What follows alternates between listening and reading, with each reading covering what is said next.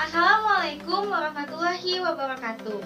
Halo semuanya, perkenalkan nama saya Risha Bania Cahya dengan NIM 232100062, Fakultas Pendidikan Bahasa dengan Prodi Pendidikan Bahasa dan Sastra Indonesia.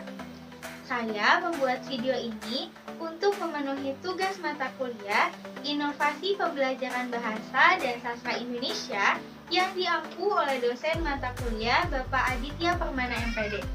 Selamat menyaksikan.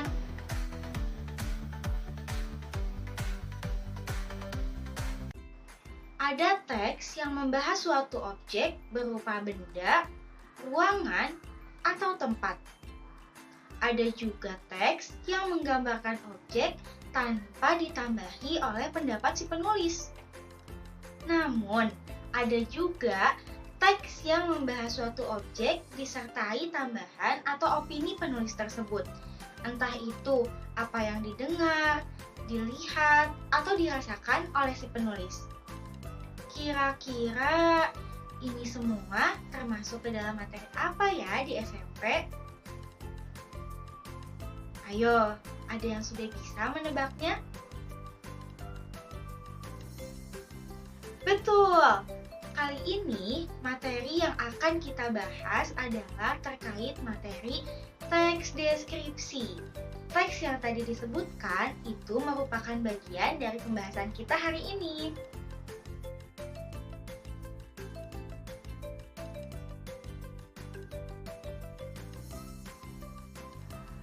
Selamat pagi anak-anakku semua. Bagaimana kabarnya hari ini? Alhamdulillahirabbil alamin. Semoga kita selalu dalam keadaan sehat ya.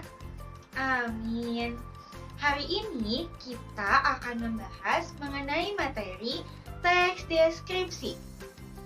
Sebelum lanjut ke pembahasannya, yuk kita cek dulu sama-sama KD-nya.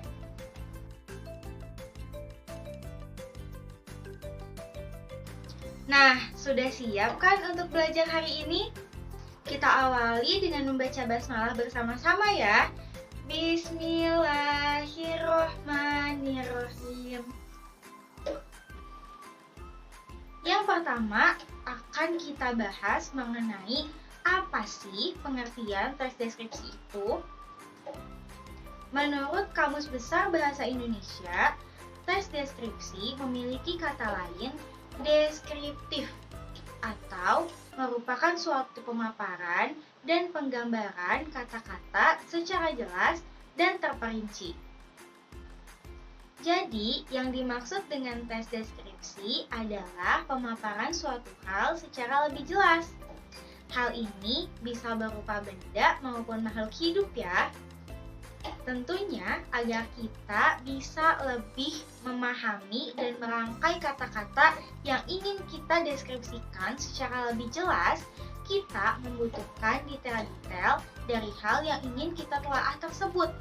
Maka dari itu, kita harus tahu apa aja sih ciri-ciri dari teks deskripsi ini. Ciri-ciri teks deskripsi dibedakan menjadi 3. Yang pertama, berdasarkan tujuannya. Yang kedua, berdasarkan objek yang dideskripsikan. Dan yang terakhir, berdasarkan isi teks deskripsi itu sendiri.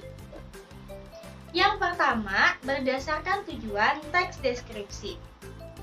Karena teks deskripsi dibuat untuk menjelaskan dan melukiskan secara rinci dan sejelas mungkin mengenai suatu objek, suasana, dan perasaan, maka sebagai seorang penulis atau sebagai seseorang yang membuat teks deskripsi tersebut, kita harus bisa membuat pembacanya menjadi seolah-olah melihat, merasakan, dan mengalami apa yang kita deskripsikan, agar pesan-pesannya dapat tersampaikan dan teresapi dengan jelas. Yang kedua, berdasarkan objek yang dideskripsikan.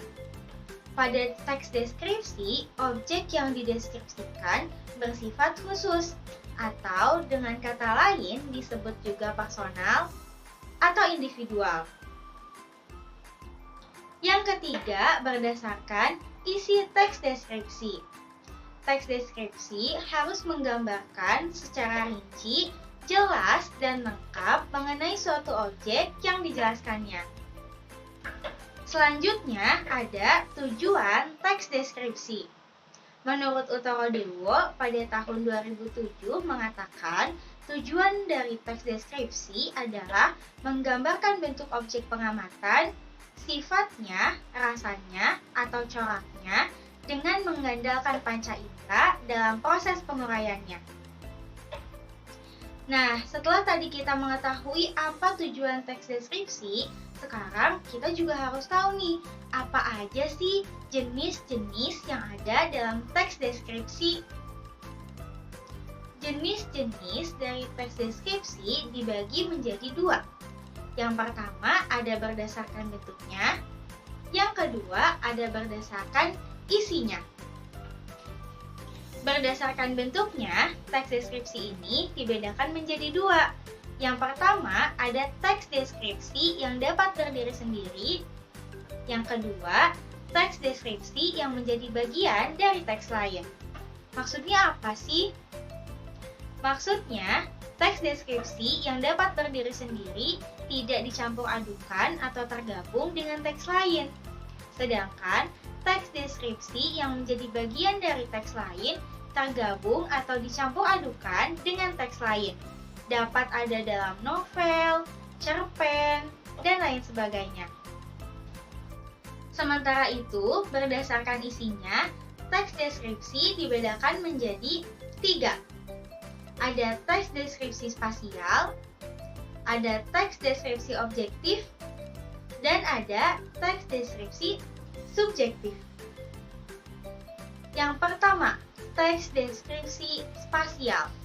Maksudnya, teks deskripsi ini menggambarkan suatu objek berdasarkan pandangan ruang dan waktu.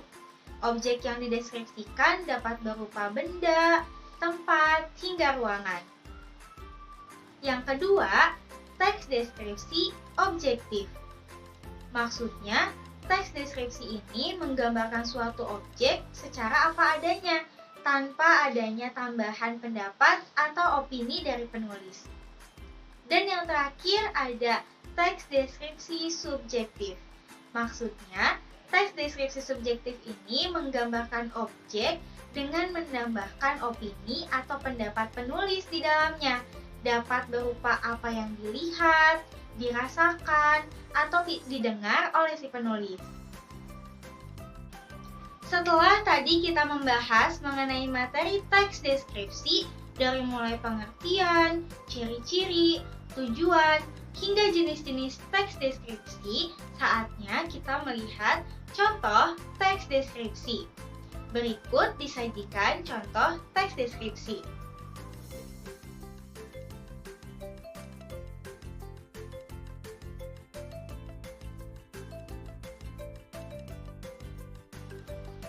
Dari contoh teks deskripsi tadi, jika dilihat berdasarkan isinya, kira-kira termasuk ke dalam jenis apa ya teks deskripsi tersebut? Apakah anak-anak ada yang bisa menjawabnya? Betul, teks deskripsi tersebut termasuk ke dalam teks deskripsi spasial, karena menggunakan objek dari sudut pandang ruang dan waktu. Selesai sudah materi pembelajaran kita hari ini. Semoga anak-anak semua dapat memahami dan mengimplementasikan materi tadi dengan baik ya. Jika kalian ada pertanyaan, dapat kalian tulis di kolom komentar. Atas perhatiannya, Ibu ucapkan terima kasih dalam 5 bahasa. Terima kasih. Thank you. Gracias. Arigato. Hatur nuhun. Wabillahi taufiq wal hidayah. Wassalamualaikum warahmatullahi wabarakatuh.